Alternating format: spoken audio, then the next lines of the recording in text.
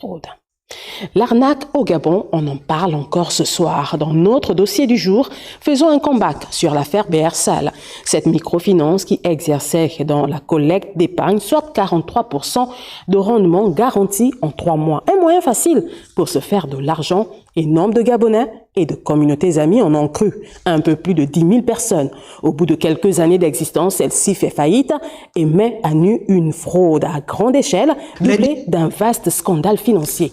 Les milliers de personnes perdent leur argent, une affaire qui ne connaîtra pas de suite favorable, du moins à ce jour. Doris Kosonkolo. Les 18 000 épargnants de la microfinance BR Sarl, toujours dans le tourment. D'où la présence de certains d'entre eux ici au siège du Congrès des agents publics, parapublics et privés. Occasion pour le président de cette organisation de faire le point de leur situation. Nous nous sommes orientés vers la Cour de justice de N'Djamena, où le dossier a été jugé recevable. Et il y a eu une instruction de dossier par la Cour de justice. Nous en sommes à la 6e audience et la finale. Ici, le 18 ou le 20 janvier, nous allons repartir sur N'Djamena pour l'audience finale.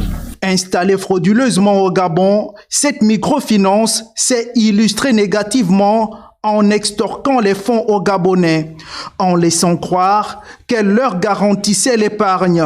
Notre objectif ici, c'est de ramener ce document qui doit nous amener à la caisse. Parce que ces 18 000 Gabonais ont tant pleuré, sont restés en détresse. Ce qu'ils souhaitent aujourd'hui, c'est de voir cet arrêt et passer à la caisse.